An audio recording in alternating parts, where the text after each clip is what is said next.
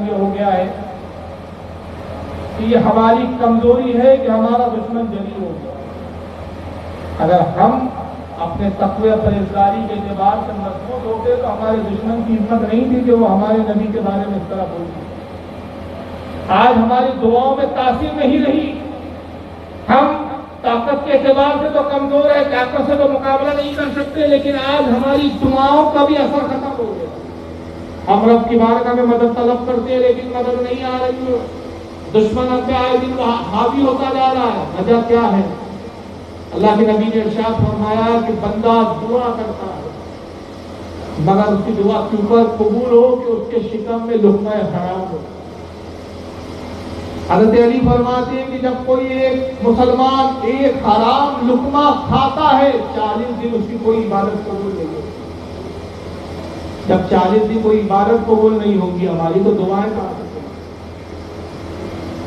تو سب سے پہلے ہمیں اپنی غذا کو پاکیزہ کرنا پڑے گا, اپنی اولادوں کی غذا کو پاکیزہ رکھنا پڑے گا. جب ہم اپنی اولادوں کو اور اپنی غذاؤں کو پاکیزہ رکھیں گے تبھی ہم فاتح قوم کہلائیں گے. اقبال نے کہا سبق پڑھ صداقت کا, شجاعت کا, عدالت کا, کام لیا جائے گا تجھ سے دنیا کی امامت. ہم دنیا کے امام بن کر آئے ہیں لیکن آج حالت ہماری ہے کہ غلاموں سے بھی بدتر حالت ہے. اور یہ بے حسی, یہ بزدلی, اعلیٰ حضرت خواجہ بریلوی ایک مقام پہ فرماتے ہیں کہ غیر مسلم کی ہاں کھانے سے بچو. ہم کسی بھی ہوٹلوں میں کھا لیتے, مجبوری ایک الگ چیز ہے, بغیر مجبوری کے بھی اب ہم شوقیہ کھانے لگے. غیروں کی ہوٹلوں میں جا کے کھا لیتے ہیں, یہ نہیں دیکھتے کہ اس نے بھائی کس انداز میں بنایا, کھڑے سے پوچھا, ہاتھ بھی نہیں دھویا, اسی چیز سے پکا رہا ہے, بنا رہا ہے, وہی چیز بنا رہا ہے. اس دور میں بڑی ہوٹلوں میں, غیروں کی ہوٹلوں میں جا کے کھانا فیشن بن گیا. حضرت فرماتے ہیں کہ غیروں کے, کافروں کے ہاتھ کے کھانا کھانے سے بچو. اس کا سب سے کم ترین نقصان یہ ہے کہ اللہ تعالیٰ ایسی غذا کھانے والوں کے اندر بزدلی رکھ دیتا ہے, دل چوہوں کی طرح ہو جاتا ہے, ذرا سا کو دیکھ کر گھنٹہ ہوتا ہے. اب پہلے کے مسلمان ہو کہ جہاد کا اعلان ہوتا تو خوشی کے مارے وہ جھوم اٹھتے تھے. بازوں میں طاقت اور خون کے دوران تیز ہو جاتا تھا. اللہ رسول کے نام پر مر مٹنے کے لیے تیار ہو جاتے تھے. اور عالم کی زبان میں نبی سے محبت کا یہ جوش مارتا ہوا خون ان کا ہوتا تھا کہ عالم کہتے ہیں کہ حسن یوسف پہ کٹی مصر میں انگشتیں زنا, حسن یوسف پہ کٹی مصر میں انگشتیں زنا, سر کٹاتے ہیں تیرے نام پہ مردان. لیکن آج نہ وہ مردان عرب رہے نہ وہ سر کٹانے کا جذبہ رہا, کیونکہ ہماری غذا درست ہے. اور جب غذا ہماری حلال و حرام کا امتیاز ہم نے چھوڑ دیا, ہم بدعقیدوں کے بھی کھانے لگے, ان کو اپنے کھانے میں شریک کرنے لگے. ہم نے کہا صاحب ٹوپی لگی ہے, ٹوپی لگی ہے یہ کیسے بدعقیدہ ہوگا. ہمارے علماء اسٹیجوں سے بولتے رہے کہ بھائی کسی کی ٹوپی مت دیکھو, کسی کا اسلامی لباس مت دیکھو, کسی کا جھبا مت دیکھو, کسی کا امامہ مت دیکھو, کسی کی داڑھی مت دیکھو, پہلے دیکھو رسول اللہ سے اس کی محبت کتنی ہے. اس لیے کہ محبت رسولی جان ایمان ہے. اور یہ میں نہیں کہتا, آقا خود کہتے ہیں, صحیح بخاری کی حدیث نمبر 14 ہے کتاب الایمان میں, پہلی ہی جلد میں پہلی بات میں حدیث آپ کی کتاب الایمان میں آقا کہتے ہیں لا یؤمن احدکم حتی اکون احب الیہ من والدہ وولدہ والناس اجمعین. کہ تم میں سے کوئی اس وقت تک مومن ہو ہی نہیں سکتا جب تک اپنے ماں باپ سے زیادہ, اپنی اولاد سے زیادہ, اپنے عزیز و اقارب سے زیادہ مجھ سے محبت نہ کرے, اس وقت تک کوئی مومن ہو ہی نہیں. ہم حقیقی مومن کا ہم دیکھ رہے ہیں کہ بھائی یہ رسول اللہ کا گستاخ ہے. انہوں نے اپنی کتابوں میں گستاخیاں لکھی, انہوں نے ترجمہ قرآن کے ساتھ کھلواڑ کیے, اللہ کی توہینیں کی, انہوں نے اللہ اور رسول کی توہینوں کو لکھا اور اپنے استدلال اور مقصدوں سے بیان کیا. اور جب ہمارے علماء نے کہا کہ دیکھو یہ بددین ہے, یہ گمراہ ہے, یہ اسلام سے خارج ہو چکے ہیں, ان کے بارے میں پیشن گوئیاں آ چکی ہے کہ یہ فرقہ ہو چکے ہیں, یہ اہل سنت سے نکل کر ایک فرقے میں تبدیل ہو چکے ہیں, یہ جنت پہ جانے والے نہیں, ان سے بچو, ان سے رشتہ داریاں مت کرو, ان سے تعلقات نہ رکھو. لیکن ہم نے کہا نہیں صاحب یہ تو مولویوں کے جھگڑے ہیں, داڑھی تو یہ بھی رکھتے ہیں, نماز تو یہ بھی پڑھتے ہیں, قرآن تو یہ بھی پڑھتے ہیں, بھائی ان کو ہم کیسے کافر کہیں. مولویوں نے اپنے مفاد کی بنیاد پر ایک دوسرے کو کافر کہنا شروع کر دیا. یہ جو کمزوری ہمارے اندر آئی نتیجہ یہ ہوا کہ ہمارے اندر بزدلی پیرنے لگی اور ہم خود اپنے ایمان کو کمزور کرنے لگے. اور اس کا دوسرا نتیجہ کیا ہوا؟ آج جو غیر مسلم ہمارے نبی کے خلاف بول رہے ہیں، میڈیا پر بول رہے ہیں، تقریروں میں بول رہے ہیں، کتابوں کی شکل میں بول رہے ہیں، یہ مواد کس نے دیا؟ بھائی عربی ان کو نہیں آتی، اردو زبان وہ نہیں پڑھتے، قرآن وہ نہیں سمجھ سکتے. یہ جو آج اس طرح وہ گستاخانہ انداز میں یہ بول رہے ہیں، یہ کس نے دیا یہ مواد؟ یقینی بد عقیدہ وہابی اور دیوبندیوں نے. اصل میں شادی کی تقریر میں میرا موضوع یہ نہیں تھا، لیکن پھر بھی میں ایک کتاب لایا ہوں ساتھ. یہ کتاب ہے میرے پاس، یہ بہت مشکل سے ملتی ہے، شاید ملے نہیں آپ کو. کہ 2013 میں مجھے ایک ایگزیبیشن میں بڑے مشکل سے مل گئی تھی اتفاق کا. یہ آپ ڈھونڈو گے تو نہیں ملے گی، صرف علماء تقریروں میں کتاب کا نام بیان ہے. یہ دیانند سرسوتی گزرا ہے پنڈت. دیانند سرسوتی کا نام شدھی کرن تحریک جس نے شروع کیا تھا اعلیٰ حضرت کے زمانے میں، آج سے تقریباً 125 سال پہلے. دیانند سرسوتی نے یہ مدعا اٹھایا تھا، اس کے ساتھ کئی پنڈتوں کی ٹیم تھی پورے ہندوستان میں. اس نے مدعا یہ اٹھایا کہ ہندوستان کے جتنے مسلمان ہیں تلوار کے زور پر ان کو مسلمان کیا گیا، یہ سب ہندو تھے، لہذا ہم ان کو دوبارہ ہندو مذہب کی طرف لائیں گے، گھر واپسی کریں گے. وہی نعرہ لگایا، ان کا شدھی کرن کریں گے کہ آپ پوتر ہو گئے، اشدھ ہو گئے، اب ان کو دوبارہ ہندوازم کی طرف لا کر شدھ کریں. اور اس کے لیے اس نے کیا کیا؟ اسلام کا اعتراض کرنے شروع کیا، اسلام کا مذاق اڑانا شروع کیا. یہ ایک کتاب لکھی اس نے اس زمانے میں، جس کا نام ہے ستار پرداش. اس کتاب میں وہ سارا مواد اسلام کے خلاف اسے زہر کی شکل میں اگل دیا. اسی کتاب کی بنیاد پر چاہے آج نپن شرما جیسے لوگ ہوں، چاہے چاہے وہ یتی نرسمہن جیسے لوگ ہوں، سب کی دوڑ اسی کتاب پر. سب اسی سے مواد نکال رہے ہیں، اور اسی سے مواد نکال کر کوئی رسول اللہ پر نعوذ باللہ من ذالک استغفر اللہ سربار معاذ اللہ حضرت عائشہ کی نکاح کو لے کر زنا کی تہمتیں لگا، کوئی معاذ اللہ نبی کو بچلن کہہ رہا ہے، کوئی نبی کے کردار پر الگ الگ ڈھنگ سے کیچڑ اچھال رہا ہے، کوئی معاذ اللہ خدا کو فریبی اور جھوٹا قرار دے رہا ہے، خدا کو اللہ کو فرضی قرار دے رہا ہے. وجہ کیا ہے؟ یہ ہے وہ مواد. اور اس کتاب کو مواد کس نے دیا؟ کہ میں نہیں کہتا اس کتاب کو آپ پڑھیں، اس نے خود اس کے اندر لکھا کہ صاحب عربی زبان میں نہیں جانتا، اردو میں نے نہیں سیکھی، میں نے ان کتابوں سے حوالے نوٹ کیے جو تمہارے ہی مسلمانوں نے لکھے اپنے نبی کے بارے میں، جو ہندی میں تم نے قرآن کو چھاپا ہے، جو تم نے ہندی میں حدیثوں کو ڈالا ہے، بغیر تشریح کے، بغیر سمجھے ہوئے لفظی ترجمے کر کر کے جو قرآن کی بے حرمتیاں کی بدعقیدوں نے، اور یہ لٹریچر غیروں کے ہاتھوں میں دیا. آج انہوں نے اس کا ناجائز فائدہ اٹھا کے اسلام کے خلاف زہر اگلنا شروع کیا. اگر میں اس پورے کتاب کا پوسٹ مارٹم کروں، اس کی موٹائی بتا رہی ہے کہ ایک بات اور ایک جواب دینے کے لیے کتنی مجلسیں چاہیے. 1-2 مجلس میں مثال کے طور پہ حافظ جالندھری دیوبندیوں میں ایک مولوی، اس کا ترجمہ قرآن خوب چھپتا ہے، بکتا ہے، ملتا ہے. آسانی سے آپ حافظ جالندھری کا ترجمہ قرآن لا، اسی ترجمہ قرآن کو اس نے بیس بنایا. اس نے اقرار کیا، لکھا کہ حافظ جالندھری کا میں ترجمہ قرآن بیان کر رہا ہوں، اور اس ترجمے کو پڑھنے کے بعد جو میں قرآن کو سمجھاؤں تو قرآن نہ خدا کی کتاب معلوم ہوتی ہے، نہ ان کا خدا اصلی اور اوریجنل معلوم ہوتا ہے، حقیقی معلوم ہوتا ہے. خدا بھی فرضی ہے، اس کی کتاب بھی فرضی ہے. اس نے کن چیزوں کو بنیاد بنایا؟ مثال کے طور پہ سورہ بقرہ 13واں رکوع ہے، ایک آیت کریمہ ہے، جناب عیسیٰ علیہ السلام کے قتل کی سازشیں کی ہوتی ہیں، اس کا ذکر قرآن کرتا ہے. اور رب تبارک و تعالیٰ اس میں ارشاد فرماتا ہے مکر اللہ واللہ خیر الماکرین. حافظ جالندھری نے اس کا کیا ترجمہ کیا؟ مولوی اشرف علی تھانوی نے کیا ترجمہ کیا؟ محمود حسن دیوبندی نے کیا ترجمہ کیا؟ ابو اعلیٰ مودودی نے کیا ترجمہ کیا؟ سارے جماعت کے ان دونوں گھنٹالوں میں ترجمے دیکھے، ہندی میں ترجمے کیے، اردو میں ترجمے کیے. اب ترجمہ یہ کیا معاذ اللہ ان آیتوں کا. حافظ جالندھری ترجمہ کرتا ہے کہ کافر عیسیٰ کے بارے میں داؤ چلے، پھر اللہ بھی داؤ چلا، اور اللہ سب سے بہتر داؤ چلے، خدا کو داؤ چلنے والا بنا. اور ابو اعلیٰ مودودی جماعت اسلامی کے فاؤنڈر، انہوں نے تو حد تک انہوں نے کہا یہودی عیسیٰ کے قتل کے لیے ایک چال چلے، اللہ بھی چال چلا اور اللہ سب سے بہتر چال چلنے والا۔ کسی نے کہا کہ مکر کیا کافروں نے، مکر یعنی مکاری، اور مکر کیا اللہ نے، اور اللہ سب سے بہتر مکر کرنے والا ہے۔ یعنی کافر بھی مکاری کر رہے ہیں، اللہ بھی مکاری کر رہا ہے، اور معاذ اللہ ان کافروں کے مقابلے میں ترجمے میں بتایا جا رہا ہے کہ سب سے بہتر مکاری کرنے والا اللہ ہے۔